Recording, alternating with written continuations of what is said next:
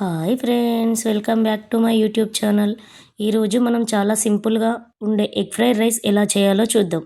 ముందుగా కావాల్సిన పదార్థాలు: 2 కప్పుల అన్నం, కొంచెం కొత్తిమీర, ఒక టేబుల్ స్పూన్ అల్లం వెల్లుల్లి పేస్ట్, అండ్ ఒక టేబుల్ స్పూన్ ఉప్పు,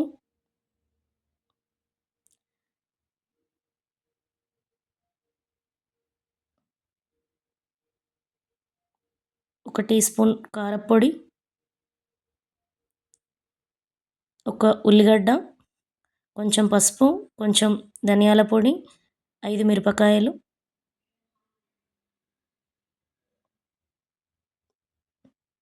మరియు ఒక ఎగ్ తీసుకొని ఇవన్నిటిని మనం పక్కకుంచుకోవాలి. ఆ తర్వాత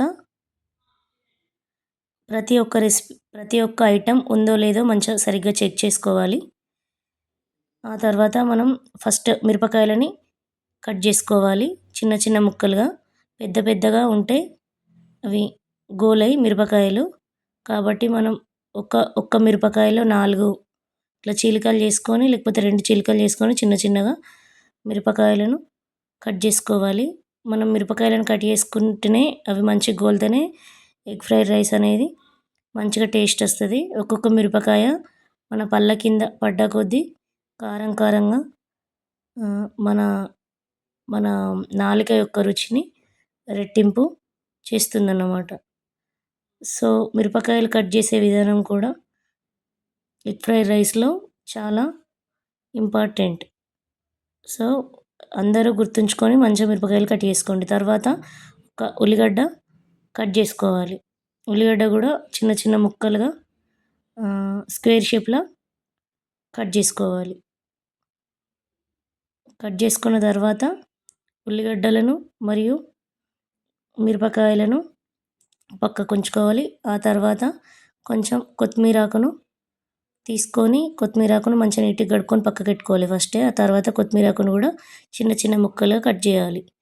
ఆ తర్వాత సిలిండర్ పైన ఒక ప్యాన్ని పెట్టి ప్యాన్లో ఒక 2 పావుల నూనె పోసుకోవాలి. నూనె పోసుకున్న తర్వాత ఫస్ట్ నూనె కాలిన తర్వాతే ఉల్లిగడ్డలు వేయాలి. ఉల్లిగడ్డలను మంచిగా గోలనివ్వాలి. గోలిన తర్వాత ఉల్లిగడ్డలు అనేటివి మంచిగా కొంచెం గోల్డ్ కలర్లో రావాలి. గోల్డ్ కలర్లో వచ్చేదాకా వేయించుకోవాలి.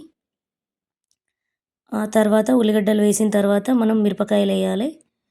ఇంతకుముందుకు చిన్న చిన్న కట్ చేసుకున్న మిరపకాయలన్నిటిని ఆ ప్యాన్లో వేయాలి. ప్యాన్లో వేసి మంచిగా గోలనియాలి. ఆ గోలేటప్పుడు గోలుతున్నాయో లేవో సరిగ్గా చూసుకుంటా మంచిగా కలుపుకుంటూ ఉండాలి. కలుపుకుంటూ ఉన్నప్పుడు మనం అన్నీ ఉన్నాయా లేవా సరిగ్గా అని చూసుకుంటూ తర్వాత మనం అందులో ఉప్పు వేయాలి. కొంచెం ఉప్పు వేసి మంచి గోలనివ్వాలి. మిరపకాయలు అనేటివి కొంచెం కలర్ చేంజ్ కావాలి. ఇంకొంచెం సాల్ట్ పడుతుంది. మళ్ళీ కొంచెం సాల్ట్ వేసి మళ్ళీ మంచిగా కలపాలి.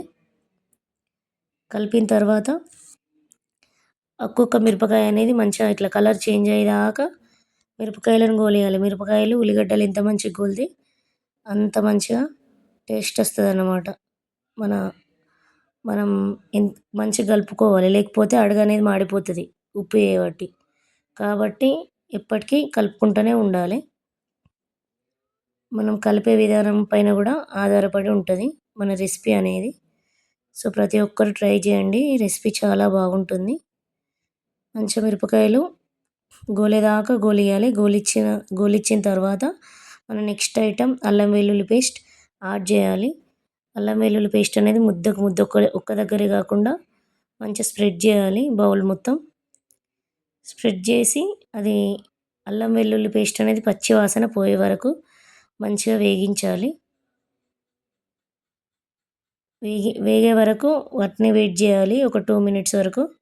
ఇప్పుడు వేగితే మనకు తెలుస్తుంది అన్నమాట. కొంచెం చూడండి, కలర్ అనేది చేంజ్ అవుతుంది బౌల్లో. ఆ తర్వాత మనము ఒక ఎగ్గుని మంచిగా బౌల్లో వేసి కొట్టిపోయాలి. కొట్టిపోసిన తర్వాత ఎగ్గును మంచిగా స్క్రంబుల్ చేయాలి బౌల్లో, అంటే విడగొట్టాలి. కొంచెం అది కొంచెం అది గోలిన తర్వాత మంచిగా మొత్తం విడగొట్టాలి. విడగొడితే మన మొత్తం ఎగ్గు, మిరపకాయలు, ఉల్లిగడ్డ, అల్లం వెల్లుల్లి పేస్ట్ అన్నీ మంచిగా ఎగ్గుకు మొత్తం మంచిగా పట్టేటట్టు మంచిగా కలుపుకుంటూ ఉండాలి. కలిపిన తర్వాత అవి అవి మంచిగా గోలేటప్పుడు ఇట్లా నురుగొస్తుంది చూడండి. అట్లా నురుగు రావాలి. నురుగొస్తే ఎగ్ అనేది మంచిగా వేగినట్టు.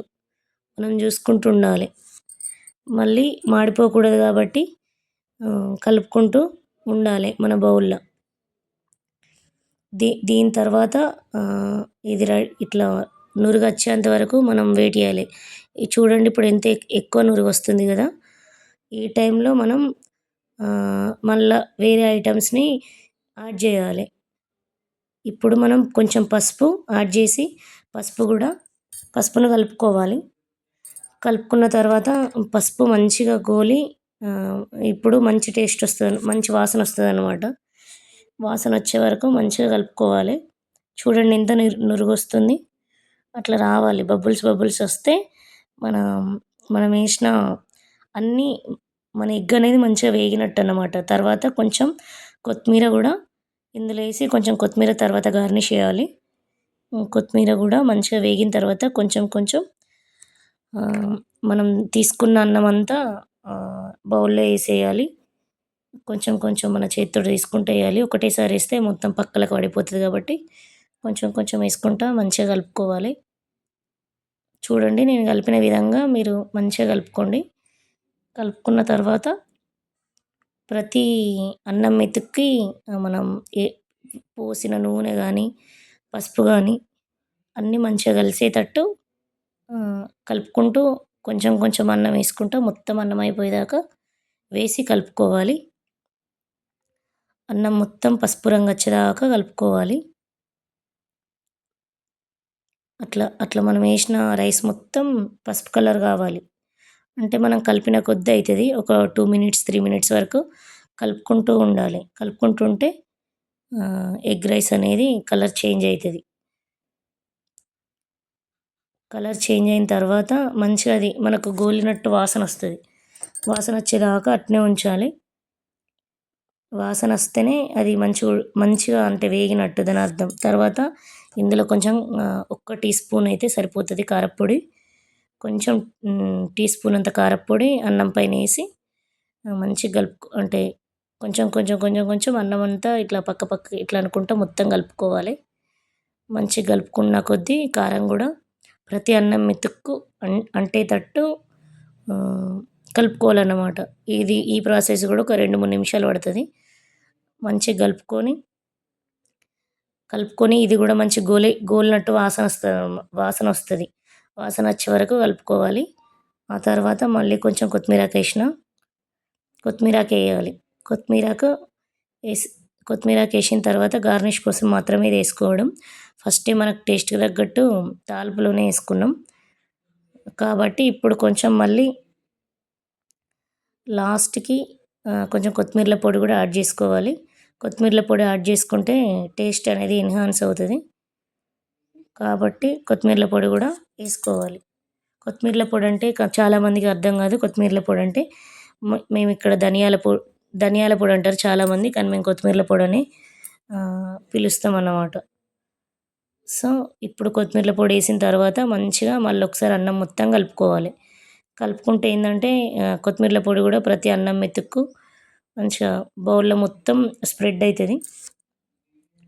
స్ప్రెడ్ అయిన తర్వాత ఇక మంచిగా గోలాలి. గోలిన తర్వాత ఒక 2, 3 నిమిషాలు ఉంచి అన్నం మొత్తం వేడి కావాలి.